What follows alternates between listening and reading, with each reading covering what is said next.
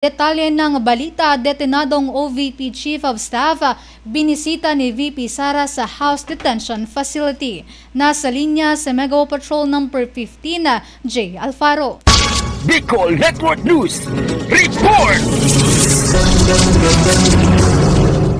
Bumisita si Vice President Sara Duterte sa kanyang detinadong Chief of Staff na si Undersecretary Zuleika Lopez sa House of Representatives Huwebes ng gabi matapos itong i-contempt at idetini. Nanatili si Vice President Duterte kay Lopez hanggang alas 10 ng gabi ang pagtatapos ng visiting hours at nagpalipas ng magdamag sa opisina ng kanyang kapatid na si Davao City 1st District Representative Paulo Duterte. Kinumpirma ni Secretary General Reginald Velasco ang pagbisita sa isinagawang press briefing kaninang umaga. Ayon kay Velasco, inutusang i-detain si Lopez ng House Committee on Good Government and Public Accountability dahil sa umano'y hindi nararapat na pakikialam sa investigasyon ng komite hinggil sa paggamit ng pondo ng Office of the Vice President sa ilalim ng pamamahala ni Vice President Duterte. Pinatawan ng contempt si Lopez noong Miyerkules matapos sabihin ng mga mambabatas na ang kanyang mga aksyon ay nagpapabagal sa proseso ng kanilang investigasyon. Mananatili si Lopez sa kustodiya ng Kamara ng 5 araw o hanggang sa susunod na pagdinig na itinakda sa Lunes, Nobyembre 25. Ang presensya ni Vice President Duterte sa Kamara ay nagpapakita ng kanyang suporta kay Lopez sa gitna ng patuloy na investigasyon. Para sa Bicol Network News, Mega Patrol numero 15, J. Ligas Alfaro, tatak tunay na serbisyo.